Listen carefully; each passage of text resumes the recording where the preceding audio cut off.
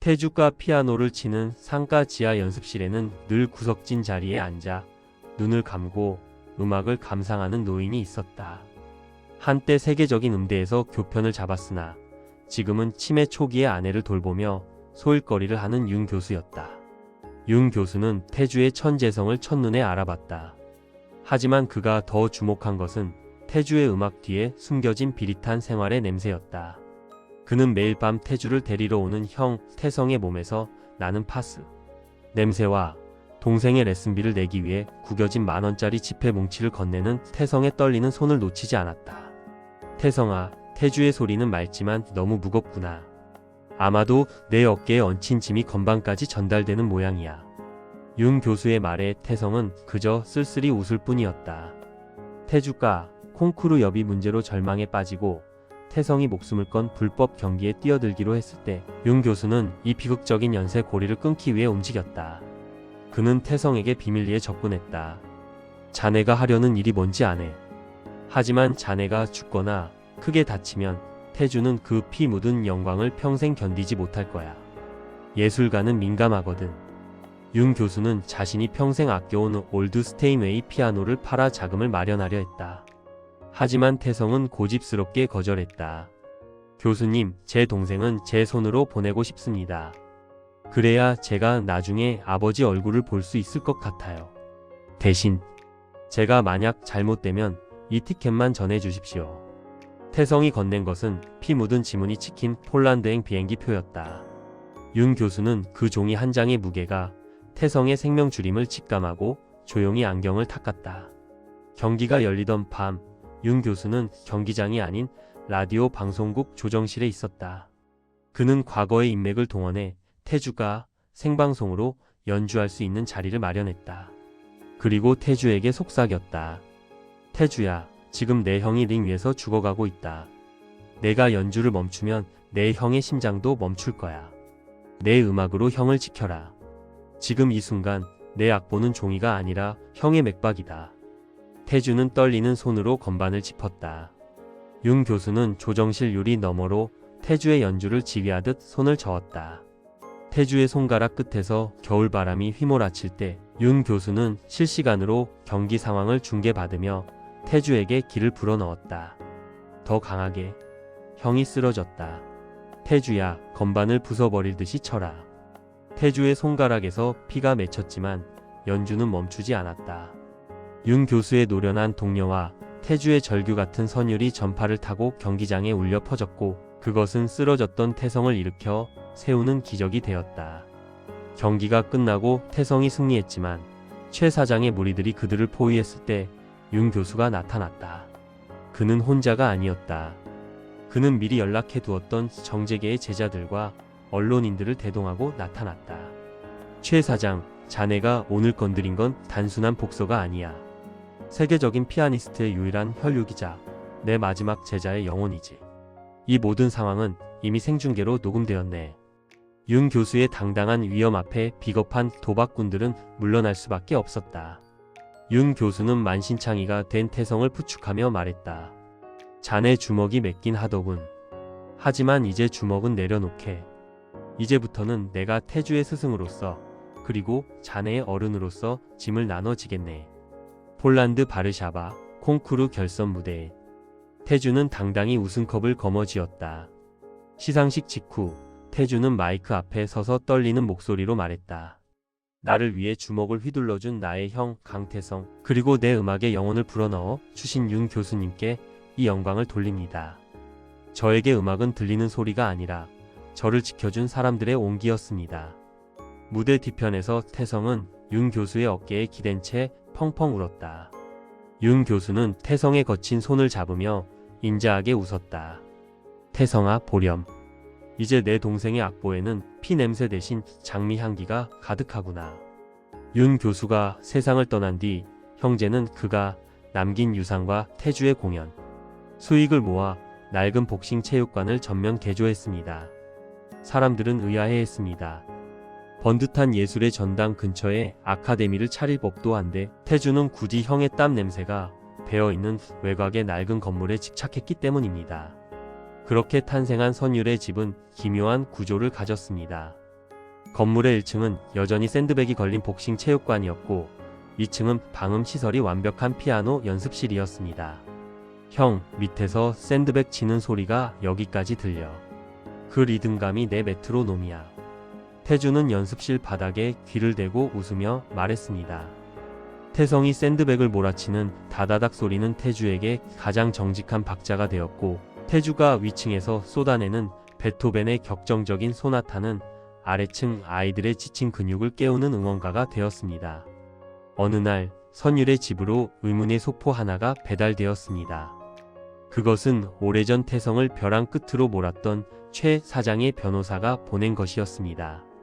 감옥에 수감된 최 사장이 참여하며 보낸 서류에는 태성의 아버지가 생전에 사기를 당해 빼앗겼던 작은 과수원, 부지의 등기 권리증이 들어 있었습니다. 이건 아버지가 우리 형제한테 남기려 했던 진짜 유산이었어. 태성은 빛바랜 서류를 보며 눈시울을 붉혔습니다. 아버지가 고물상을 하며 그토록 지키려 했던 꿈이 비뚤어진 악연의 끝에서 돌아온 것입니다. 형제는 그 부지를 팔지 않기로 했습니다. 대신 그곳에 음악과 스포츠를 접목한 치유의 숲을 만들기 시작했습니다. 그곳에는 시각장애인 아이들을 위한 소리 산책로가 조성되었고 방황하는 청소년들을 위한 마음 복싱장이 세워졌습니다. 형제는 이제 자신들만의 성공을 넘어 세상의 고물 취급받는 이들을 위한 집을 짓기 시작한 것입니다. 세 사람은 서로의 손을 맞잡았다. 보이지 않는 곳에서 서로를 지탱했던 세 명의 조력자가 만들어낸 세상에서 가장 완벽한 합주였다. 윤 교수가 세상을 떠난 뒤 형제는 그가 남긴 유산과 태주의 공연, 수익을 모아 낡은 복싱 체육관을 전면 개조했습니다. 사람들은 의아해했습니다. 번듯한 예술의 전당 근처에 아카데미를 차릴 법도 한데 태주는 굳이 형의 땀 냄새가 배어있는 외곽의 낡은 건물에 집착했기 때문입니다. 태성과 태주의 기억 속 아버지는 산과 같은 존재였습니다. 이름처럼 강철 같은 의지를 지녔던 그는 젊은 시절 잘나가던 항만 하역 노동자였습니다. 하지만 태주가 태어나던 해 사고로 눈이 멀어버린 막내 아들과 아내의 죽음을 마주하며 그는 평생의 꿈이었던 자신의 삶을 접었습니다. 아버지는 항만을 떠나 도시의 가장 낮은 곳으로 스며들었습니다. 그가 선택한 것은 고물상이었습니다. 사람들은 그를 보며 손가락질했습니다. 강철호, 그 좋은 기술 두고 왜 쓰레기를 뒤지고 사나? 아버지는 대답 대신 묵묵히 리어카를 끌었습니다. 어린 태성은 그런 아버지가 부끄러웠습니다. 친구들이 너네 아빠 쓰레기 줍는다며? 라고 놀릴 때마다 태성은 주먹을 휘둘렀고 아버지는 그런 태성의 터진 입술을 보며 아무 말 없이 약을 발라주었습니다. 아버지가 고물상을 고집했던 데에는 숨겨진 이유가 있었습니다. 태주의 재능을 알아본 그는 아들에게 세상을 보여주는 대신 세상의 모든 소리를 들려주기로 맹세했습니다. 피아노는커녕 하루 끼니가 걱정되던 시절 아버지는 태주에게 피아노를 사주기 위해 자신의 신체 포기, 각서와 다름없는 위험한 보증에 발을 들였습니다. 동네 악덕 사채업자였던 최 사장의 전신, 당시의 고리 대금업자에게 아버지는 속아 넘어갔습니다. 과수원 부지를 담보로 돈을 빌려 태주에게 첫 피아노를 사준 날 아버지는 밤새도록 마당에서 소주를 마시며 울었습니다. 태성아, 내 동생 손가락은 하늘이 주신 선물이다. 너는 그 선물을 지키는 상자가 되어야 한다. 알겠냐? 그날 이후 아버지는 2배로 일했습니다. 낮에는 고물을 줍고 밤에는 항만에서 밀수품을 나르는 위험한 아르바이트를 했습니다. 태성이 복싱을 시작하게 된 것도 사실은 밤마다 피투성이가 되어 돌아오는 아버지의 몸을 지키기 위한 본능적인 선택이었습니다. 아버지가 세상을 떠나던 날도 폭풍우가 몰아치던 밤이었습니다. 공사장에서 흘러나온 고철을 하나라도 더 줍기 위해 무리하게 리어카를 끌던 아버지는 무너지는 옹벽 아래서 태주의 첫 번째 악보집이 든 가방을 품에 안은 채 발견되었습니다. 숨을 거두기 전 아버지는 태성의 손을 잡고 유언을 남겼습니다. 태성아, 내 금고 밑바닥에 서류가 있다. 그건 절대 열어보지 말고 태주가 세계 최고가 되는 날 그때 윤 교수에게 가져가거라. 아버지는 자신이 사기당했다는 사실, 그리고 그 빛이 태성과 태주의 어깨를 누를 것이라는 사실을 죽는 순간까지도 숨기려 했습니다. 그는 자식들이 가난의 냄새를 맡지 않고 오직 희망의 소리만 듣기를 바랐던 것입니다. 이제 선율 위에 세워진 집 마당 한가운데에는 아버지의 낡은 리어카가 조형물처럼 놓여 있습니다. 태주는 공연을 가기 전 항상 그 리어카의 손잡이를 만져봅니다. 차갑고 딱딱한 쇠붙이에서는 여전히 아버지의 온기가 느껴집니다. 녹슨 쇳덩이 같던 아버지의 심장은 이제 두 아들의 삶을 통해 영원히 멈추지 않는 황금빛 엔진이 되었다. 어느 여름밤 센터 개관을 앞두고 기록적인 폭풍이 몰아쳤습니다. 건물의 낡은 배수관이 터져 1층 체육관이 침수될 위기에 처했습니다. 태성은 불편한 다리를 이끌고 빗물 속에서 필사적으로 물을 퍼냈습니다. 형, 위험해, 나오라고. 태주가 소리치며 계단을 내려왔습니다. 태성은 빗물에 젖어 떨면서도 동생의 손을 잡고 말했습니다. 태주야, 여기는 우리 아버지가 못 지킨 꿈이고 내 음악이 시작된 곳이야. 내가 절대로 물에 잠기게 안 둬. 그때 체육관 문이 열리며 태성에게 복싱을 배우던 아이들과 윤 교수의 제자들이 하나둘씩 나타났습니다. 그들은 손에 양동이와 삽을 들고 있었습니다. 관장님, 저희가 도울게요. 태주씨, 피아노는 저희가 위층으로 옮겨놨어요. 그 밤 체육관은 거대한 오케스트라의 무대 같았습니다. 양동이가 부딪히는 소리, 구령 소리, 그리고 비바람 소리가 섞여 장엄한 합주를 만들어냈습니다. 형제는 깨달았습니다. 선율 위에 세워진 집은 벽돌로 지어진 것이 아니라 사람들의 마음으로 지어지고 있었다는 사실을요. 개관식 날 태주는 아주 특별한 악보를 공개했습니다. 그것은 윤 교수가 남긴 유작 중 하나로 시각장애인인 제자를 위해 입체적으로 조각된 악보였습니다. 건반의 높낮이를 손가락 끝에 감각으로 느낄 수 있도록 특수 제작된 이 악보는 윤 교수가 치매와 싸우면서도 마지막까지 태주를 위해 준비한 선물이었습니다.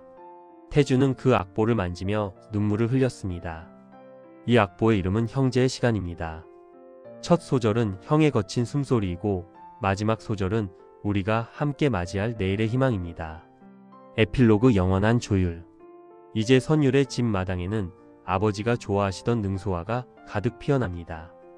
태성은 매일 아침 꽃들에 물을 주며 하루를 시작하고 태주는 그 꽃향기를 맡으며 새로운 곡을 씁니다. 두 사람은 더 이상 가난하지도 외롭지도 않습니다. 세상이 그들에게 준 상처는 이제 가장 단단한 굳은살이 되었고 그 굳은살 덕분에 그들은 더 힘차게 건반을 누르고 주먹을 뻗을 수 있습니다. 형, 다음 곡 제목은 뭐라고 할까? 녹슬지 않는 심장 어때? 두 형제의 웃음소리가 센터 너머 산맥으로 멀리 퍼져나갔습니다. 인생이라는 무대 위에서 그들은 이제 가장 완벽하게 조율된 파트너였습니다.